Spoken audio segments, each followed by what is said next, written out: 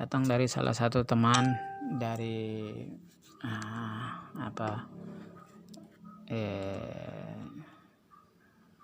pendengar atau penyimak YouTube dan kajian-kajian beberapa kajian di tengah bulan puasa ini. Pertanyaannya bukan pertanyaan sih sebenarnya, tapi beliau meminta untuk menjelaskan secara lengkap lah atau detail lah masyru'iyatnya sujud tilawah, disyariatnya sujud tilawah agar supaya kita tidak terkejut ketika nanti orang imam sujud. Baik, dikonfirmasi bahwa sujud tilawah itu hukumnya sunnah dalam sholat maupun di luar sholat. Dikatakan dalam kitab Al-Yaqutun Nafis fi madhabi Ibn Idris halaman 40, itu bunyinya, redaksinya adalah sujudut tilawah sunnatun tusannu. Sujud tilawah itu disunnahkan lil qari dakhil as-salati wa kharijaha, dalam salat maupun di luar salat. Nah, sujud tilawah itu dikerjakan dalam salat maupun di luar salat ketika melewati 14 ayat Al-Quran tentang sujud tilawah yang sudah dinaskan dalam hadis. Itu nomor 1. Jadi sujud tilawah itu sunnah, hanya dikerjakan baik di dalam salat maupun di luar salat selama ada ayat tilawah, ayat sujud tilawah. Yang kedua, siapa saja yang melakukan itu? Yang pertama, al-qari qiraat masyru'ah, orang-orang yang membaca Al-Quran baik di dalam ataupun di luar salat, tapi bacaannya bacaan masyru'ah. Bacaan masyru'ah itu bacaannya memang dibolehkan dalam syariah. Bacaan masyru'ah itu bacaan yang dibolehkan oleh syariah.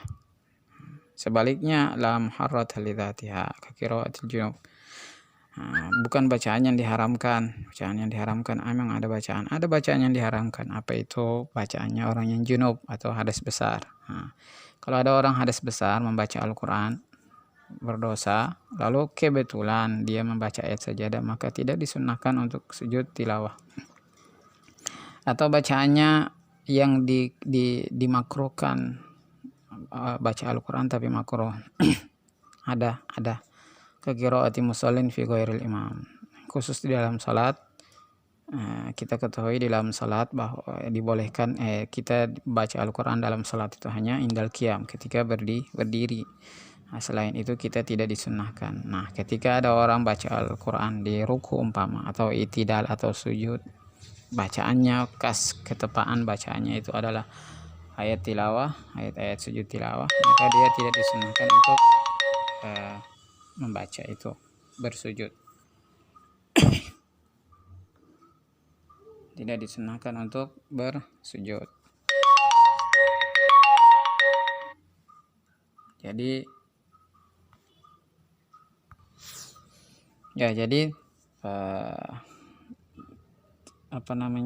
yang makruh juga, bacaan yang dimakruhkan itu juga tidak disunnahkan.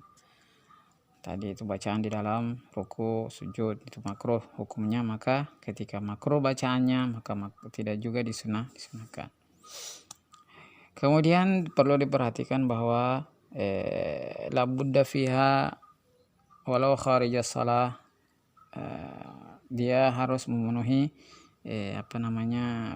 rukun-rukun, aturan-aturan dalam sujud. Yang pertama, syurutis shalah, suci, tuhurin, satril aurah, menutup aurat, istiqbal kiblah, menghadap ke kiblat, dan aturan-aturan lain di dalam salat ketika orang sujud. Lalu disunnahkan untuk membaca ketika sujud itu sajada wajhiya lilladzi khalaqahu wa sawwarahu wa syaqqa sam'ahu wa basarahu bihaulihi wa quwwatihi tabarakallahu ahsanul khaliqin. Bersujud di hadapan dia, hatiku dan seluruh tubuhku yang dia ciptakan, dan dia, sawwarahu, yang kepada yang menciptakannya, kepada yang membentuknya, wasyaqqa sam'ahu, dan menciptakan matanya, pendengarannya, dan menciptakan penglihatannya. Maha suci Allah Subhanahu wa taala sebaik-baik pencipta. Lalu dia berdoa, kita disunahkan kita berdoa di ketika sujud itu, Allahumma ktubli biha indaka ajra, ya Allah berikan pahala dengan sujudku ini, ij'alli indaka dhukhra, jadikan aku perbendaraan kebahagiaan, wada'anni biha wizra, ya Allah gugurkanlah dosa-dosaku, waqbal minni kama qabiltaha min abdika Daud, dan terimalah sujudku sebagaimana engkau menerima sujudnya Daud alaihissalam. Oke, itu doa. Nah, kalau mau ditambah ya terserah, yang penting tidak boleh terlalu lama. Kemudian ini kalau sendirian, tapi kalau umpama kita posisinya sebagai makmum, maka kita wajib untuk mengikuti gerakan sujud imam. Karena makmum itu ada aturannya, yaitu wajibu muta'abatil imam fil harakat. Makmum wajib mengikuti gerakan imam dalam sholat selama gerakan itu tidak membatalkan sholat. Nanti kita bahas di tempat lain. Lalu pertanyaan selanjutnya, bagaimana dengan sujud tilawah yang dikhususkan oleh orang-orang di tempat kita di sini? Mereka hanya sujud ketika malam ke-27. Nah, ini subhanallah dalam kitab ini disebutkan ada dua pendapat. Pertama datang dari Muhammad bin Syihabuddin Ar-Ramli. Kebetulan nih. Sebenarnya udah tahu sih nama ini, cuman mau publikasikan nanti dikirain hoax, tapi ini subhanallah ada pertanyaan datang, jadi kita baca saja. Arkanuha, ternyata dalam sujud tilawah itu ada rukun. Kalau menurut Imam Syihabuddin Ar-Ramli, pendapatnya Imam Ramli mengatakan ada dua rukun, yaitu niat dan sujud. Nah, dasar daripada sujud tilawah harus ada niatnya ini berarti ada qasad, berarti dimaksudkan. Nah, mungkin orang tua-tua dulu ketika menerapkan sujud tilawah ini merujuk ke sini. Artinya mereka tidak sujud kecuali malam 27 karena diniatkan di situ. Bisa jadi wallahu alam. Husnuzon sama orang tua-tua karena mereka itu ilmunya lebih tinggi daripada kita, lebih banyak dari mereka, generasi lebih dekat dengan para ulama, jadi mereka lebih paham. Tapi kita husnuzon aja, bisa jadi mereka seperti itu. Mengkultuskan malam 27 itu dasarnya meniatkan. Atau bisa jadi mereka mengkultuskan karena pendapat bahwa malam 27 adalah malam Lailatul Qadar. Itu pun rujukannya ada ulama sebagian menjelaskan seperti itu. Meskipun tidak pasti, namanya ilmu manusia itu kan bukan ilmu yang pasti. Jadi kebenaran yang ijtihadnya ulama itu tidak sampai ke kebenaran mutlak Al-Quran dan Sunnah. Mereka hanya berusaha untuk memecahkan rahasia-rahasia yang ada dalam Al-Quran dan ucapan-ucapan Nabi Muhammad SAW dalam bentuk sunnah. Jadi mengikuti ulama itu adalah sebuah tangga yang sangat baik, jalan yang sangat baik, daripada kita membuat-buat sendiri, hanya kita yang susah, karena kita belum sampai ke level-level seperti orang tua-tua dulu-dulu yang belajar di Mekah, belajar ke guru-guru besar di tanah Ibab ini. Kemudian itu menurut Imam Ar-Ramli bahwa sujud tilawah harus ada niatnya. Nah, kalau Imam Ibnu Hajar Al-Haytami di sini, Ibnu Hajar Al-Haytami pakar fikih, ada Ibnu Hajar Al-Asqalani pakar hadis yang mengarang kitab Bulughul Al-Maram, itu Ibnu Hajar Al-Asqalani.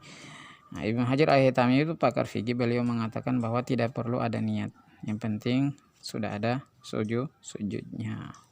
Nah, itu yang bisa mudah-mudahan untuk mencairkan menjawab tanda tanya selama ini, sekaligus juga untuk sebagai pegangan bagi kita yang sudah terbiasa untuk sujud tilawah, kita khususkan di malam 27, dan itu kadang-kadang sudah disiapkan ayatnya. Ada yang panjang ambil alif lam tanzil, itu ada yang ambil iqra sabbihisma, ada yang ambil di situ, pokoknya ada sujudnya. Kemudian perkara selanjutnya adalah apakah kita mengangkat tangan. Nah, angkat tangan ketika sujud dan tidak itu sunnah. Nah, Ada ulama mengizinkan mengangkat tangan, ada ulama yang mengatakan tidak mengangkat tangan. Ada ulama yang jadi ketika kita mau inhina sujud, kita mau turun sujud, itu disunahkan angkat tangan, raf'u al-yadain. Ada yang mengatakan tidak disunahkan. Kemudian menggunakan takbir, ucapan takbir atau tidak, orang yang namanya perpindahan gerakan sholat itu seluruhnya ada takbir. Tapi sebagian dari orang tua-tua dulu mereka tidak takbir. Nah, kita sekali lagi kita husnuzon. Bisa jadi orang tua-tua dulu tuh ketika mereka sholat, mereka benar-benar paham karena tiap hari mereka itu melaksanakan itu. Mereka benar-benar paham. Jadi mereka perhatikan perhatian mereka ke bacaan imam, mereka sudah paham. Dan ketika datang Ramadan, mereka sudah tahu nanti Ramadan begini. Masuk 10 hari terakhir mereka sudah wanti-wanti, dan masuk ke malam 27 mereka sudah paham. Dan kadang-kadang juga sebelum itu imam biasanya sudah kasih tahu bahwa sebentar kita sujud tilawah. Tapi kalau umpama di zaman sekarang, ya tidak semua orang tersentuh dengan ilmu pengetahuan, khususnya pengetahuan agama, maka ya kita takbir, karena itu juga sunnah. Disunahkan untuk bergerak ke pindah-pindah gerakan dalam salat itu menggunakan takbir, kecuali di tidak kita pakai tasmi' sami Allahu liman hamidah. Tapi kalau untuk semua gerakan sujud tilawah itu semuanya kita takbir. Itu yang perlu yang bisa disampaikan. Mudah-mudahan bisa menenangkan yang bertanya dan juga menjadi masukan buat kita semuanya yang sudah tahu untuk memperkuat, yang lupa untuk diingatkan kembali. Dan mudah-mudahan kita semua mendapatkan keberkahan di bulan Ramadan, dipanjangkan usia kita sampai kita bertemu di Ramadan berikutnya. Amin ya rabbal alamin. Wallahu alam bisawab.